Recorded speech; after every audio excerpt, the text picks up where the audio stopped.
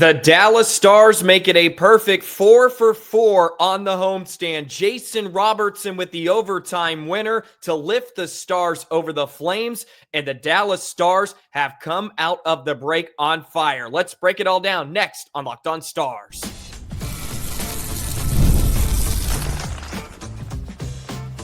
You're Locked On Stars, your daily podcast on the Dallas Stars, part of the Locked On Podcast Network.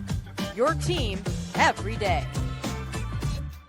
Howdy, Stars fans. I'm Joey Erickson, former producer of 105 Through the Fan. Please be sure to subscribe. We are free and available wherever you get your podcasts and on YouTube. And as always, thank you so much for making us a part of your day and making us your first listen. The Dallas Stars dominate on the homestand, a third period comeback and an overtime winner capped off by Jason Robertson as the Stars take all 8 points up for grabs in the 4-game homestand. What a week it was, and we have so much to get into on today's episode. It is deadline day as well. What will the Stars do? Will they make some moves? I want to talk about some of the deadline expectations for the Stars as well before we wrap things up on a Friday edition that is brought to you by FanDuel. Right now, new FanDuel customers can get $150 in bonus bets if your first $5 bet wins. Be sure to hit the subscribe button. We're almost at 3,500 subscribers. Let's get there by the end of the season, and we'll be ready to rock and roll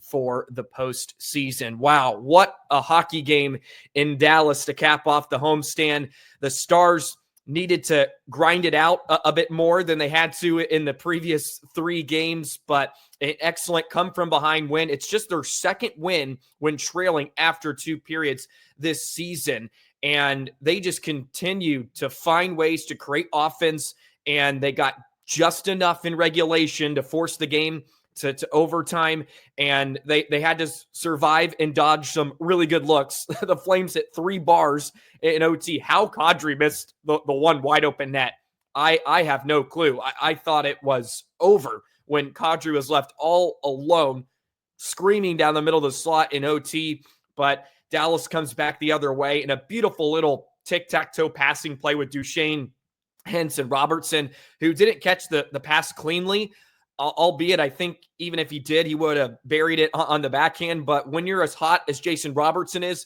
those pucks find a way through. And it hopped off his stick and went right through the legs of Vladar, and the Stars win. Robertson, of course, scored a goal in the third period to tie the game as well. Man, he is on such a heater. Now up to 27 goals this season. He leads the Stars in points. What a run he is on. I was curious why Pete DeBoer felt the need to switch up some of the lines coming into the game with how dominant the offense has been, but they tried Granlund on the top line, and it looked really good for the first 2 periods. Granlund was snapping it around. Stars were getting some looks, and they were creating some offense, but just not able to execute enough. And then he shuffled the lines even more. We saw Duchesne with Ben and Bork at one point. They were trying all sorts of things. So I was curious why they even decided to juggle some of the lines, but they're still experimenting. And look, it's March still.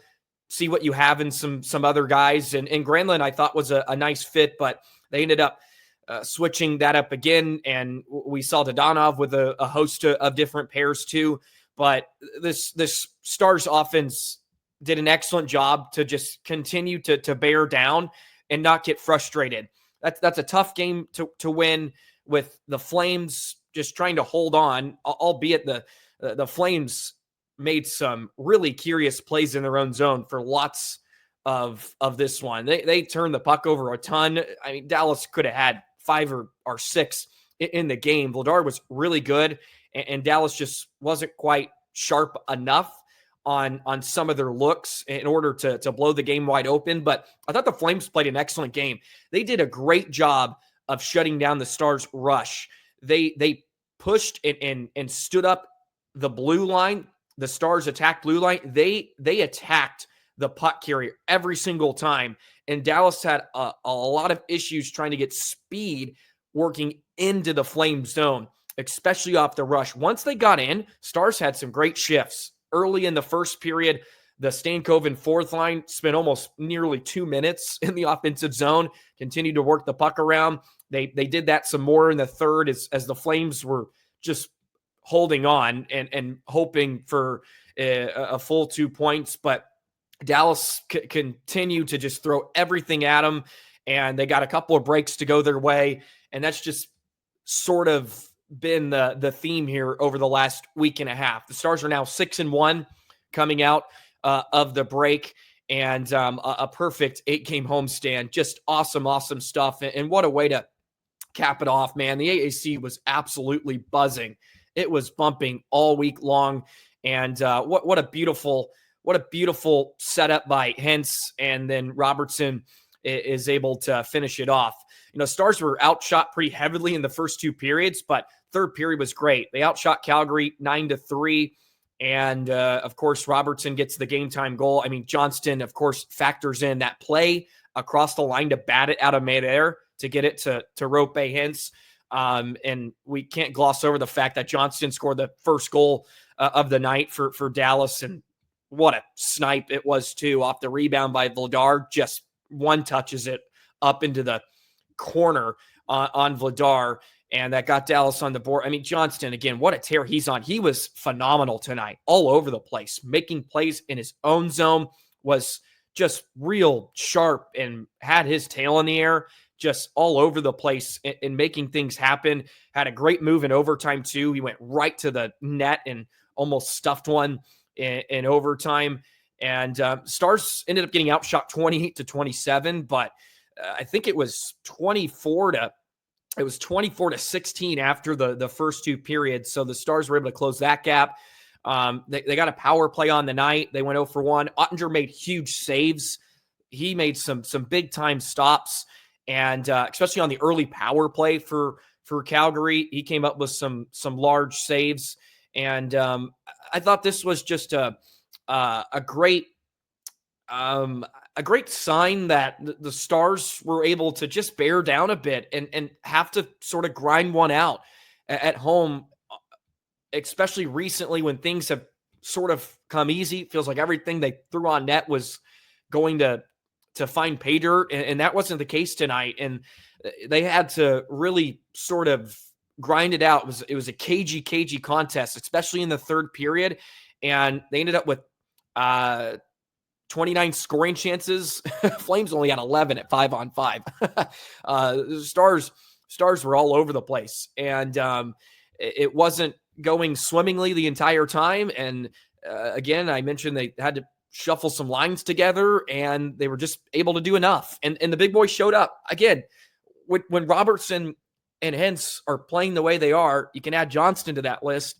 Dallas is a tough team to beat when their top players are on a tear, because more often than not, if they score, Stars are going to win a lot of games.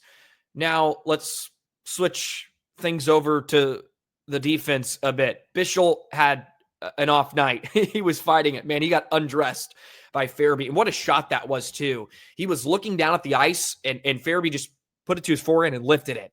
I don't think Otter ever thought he was going to pull the trigger like he did there, and he beat him up high. Bischel had some odd moments in the game. I thought Dumba had fantastic offensive moments, had some great flashes. Defensively, him and Bischel had some issues. They were on the ice, I think, for both of the Flames goal. They were on the ice for the first one, and they were on for the second as well. And the second goal from Backlund was just a couple of odd plays by Dumba and Bischel. They didn't do a great job of killing the play in the corner, and then they were able to work it out in front, and it was scramble mode. But I thought Bischel and Dumba looked good out of their own zone, but they had some problems. Harley late made a tough play and had it picked off late in that third period. It's like, okay, Harley trying to do a little bit too much, but he recovered and made up for it. Labushkin was strong. Lindell was Lindell. I thought Cody Ceci had a fantastic night too. I thought he was really, really strong. But for the most part, thought Dumba actually had a pretty decent game. He picks up an assist on the Johnston goal outside of some of his play in his own zone. Labushkin and Harley, pretty steady back there. You can say the same about Lindell. Not a whole lot to complain about. Another guy that had a great night was Jamie Benn. Thought he had some real spirit in his game, especially about midway through the hockey game. Felt like he just had some of those shifts where he was going to take things into his own hands. You see that every once in a while from Jamie Benn in the regular season, where you're like, okay, he's on that mode sort of tonight. And he had a few of those shifts in the third period. He picks up an assist too. Thought he was really, really good, and they sort of flip-flopped him around a bit. There was a lot of different lines. We can name them all if you're curious, but Johnston played with Dodonov and Ben off the get-go, and then we saw Duchesne, Granlund, and Ben. That was the line they went to in the third period. Marchment played with Bork and Dodonov in that fourth period too. Actually had some pretty decent shifts, but really any trio was going to work in the third period. Flames weren't trying to do much at all. They were just trying to hold on, and they earned a point. It was a massive point for them. They have picked up quite a bit of those overtime points this season. I think that was their 17th game, maybe 16th overtime game. So they're losing with grace quite a bit this season. And it is a big point for them. They were at the end of a long road trip. And just credit to Dallas for bearing down and kind of grinding this one out. Robertson, another 2 points. Hintz, another 2 points. Johnston, another 2 points. It's just every day with them. Again, if you have a fantasy team with those three, like I do, you're living pretty right now. You're living pretty good.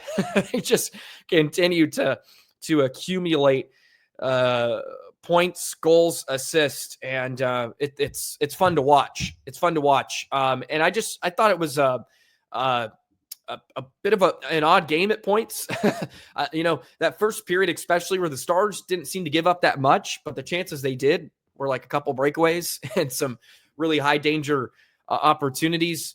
But that's a strong win. I think that's a really strong and quality win. Again, it's just their second win when trailing after 2 periods this season. So you'll take that. And let's recap this domination as well from the Dallas Stars on this homestand.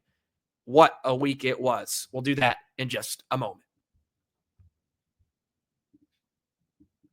Today's episode of Locked On Stars is brought to you by FanDuel. When the game tips off, the NBA action is just getting started. And there's no better place to get in on the action than with FanDuel, America's #1 sportsbook. With FanDuel, you can place live bets throughout the game. So even if you miss the opening tip-off or want to bet on a fourth quarter comeback, you can stay in the action. And if you're looking for a bigger payout, you can even combine your live bets into a same-game parlay. FanDuel is so easy to use. You can track every moment. They have live play-by-play on their app. You can pick the player to hit that clutch 3 or for them to fail, right? Whatever you would like. That's the great thing about FanDuel. So many different options, plus the app's easy to use.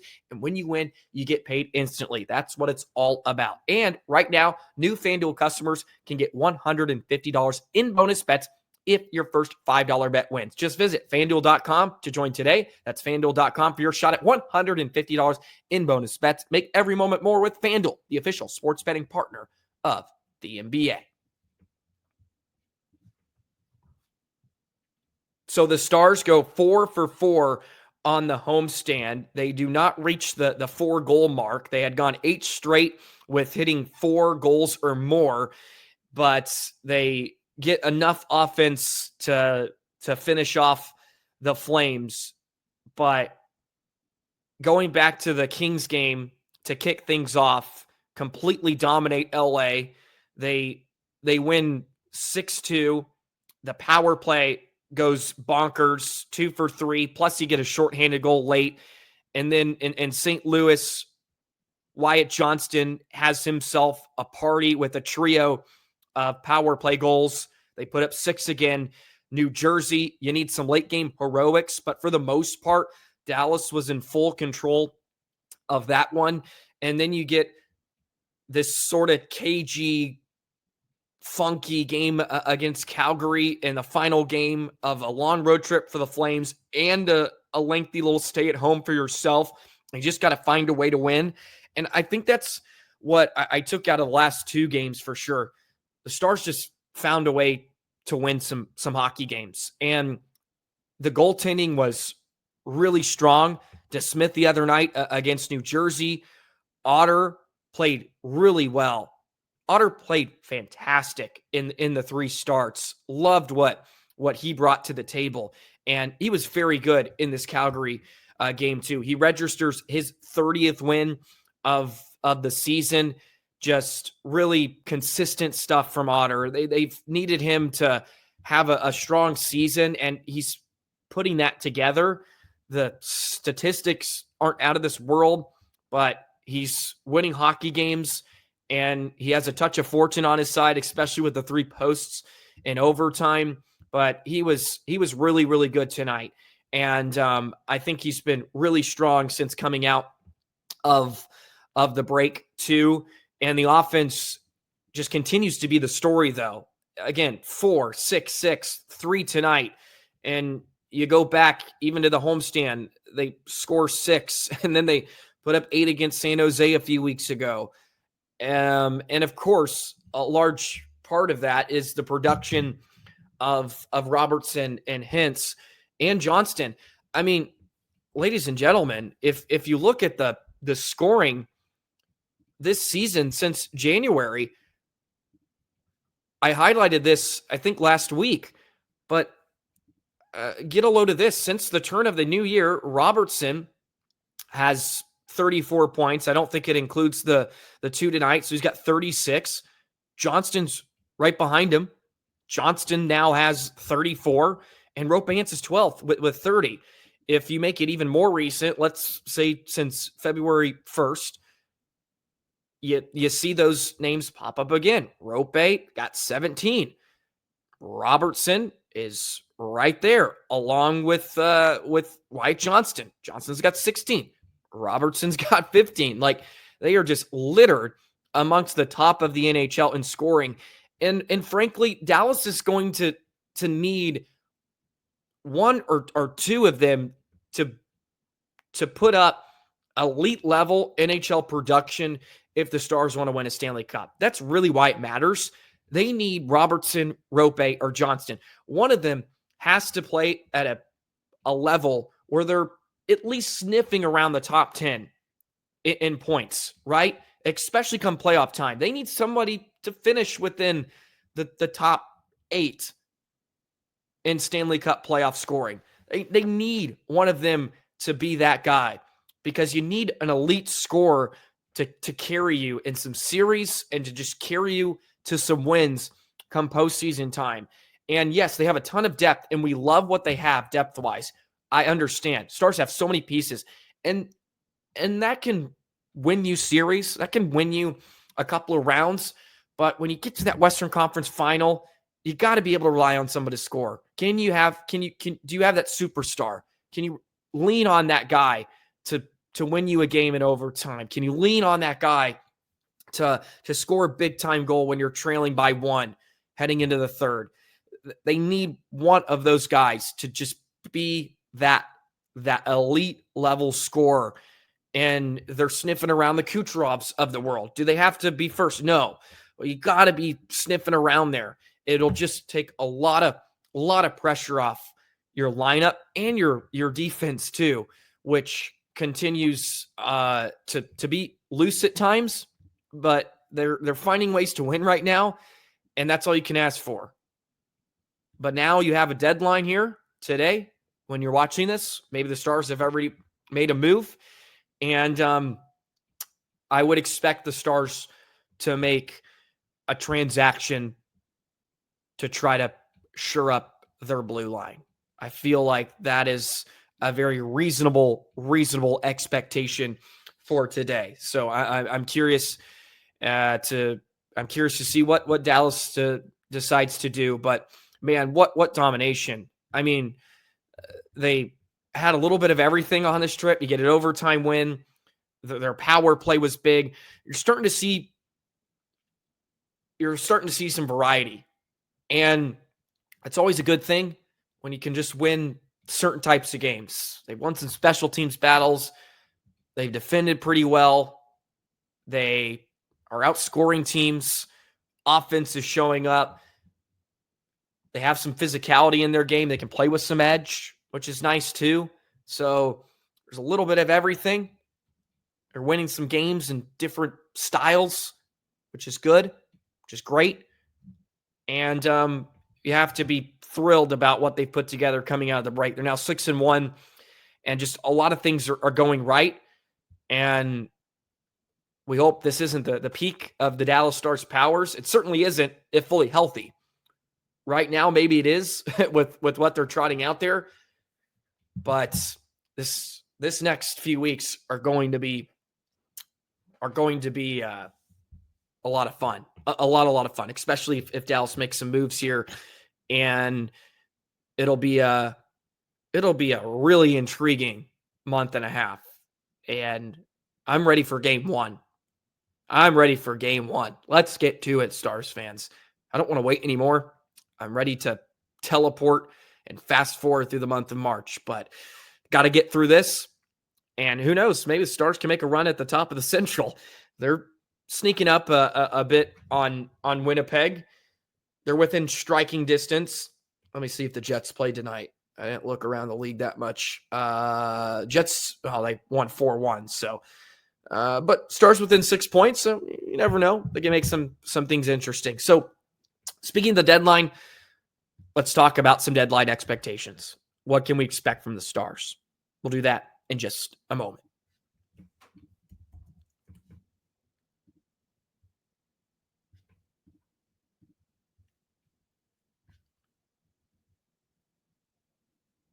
So the deadline is always fun. I'll probably post this episode a bit earlier than usual just to get out ahead of what transactions could transpire in the afternoon. The deadline is at 3:00 Eastern, I believe. So we'll see what kind of action we get in the morning. I would suspect Dallas is going to make a deal. I think they're going to make one move. What that move's going to be, who knows, right? If I had to put money on it, it's a defenseman of some kind. Maybe that's Rasmus Ristolainen. A lot of people are on him. He does have some term. That's the interesting part of it. If Philadelphia wants to retain 50%, then I think that would be a really solid pickup. Ristolainen is 6'4", 220. I don't know how much of an improvement he gives you, but there are a lot of people out there that think he would be a guy that could slot into your top four. And I'll just say I'll believe it when I see it. Supposedly he's playing big minutes. I don't watch a lot of Philadelphia Flyers games. I just know Ristolainen's a big guy. To be frank, I don't watch a lot of Flyers games as you well know, but again, I'm not going to be upset about bringing in a piece. And if he is a guy they can slot their put for, it's a huge win. The Stars need somebody like that. That's what they need to be after. So that's a guy to keep an eye on. If you look at a lot of the insiders, there's some calls being made about him. Of course, Philadelphia is going to want the compensation that they want. If they don't get it, they won't bother with it. There's been some curious compensation for certain players. So I wonder if the price will just become too steep. And I don't believe the Stars are that desperate to make a move for the sake of making a move. I think they have to be pretty happy with where they're at despite the injuries.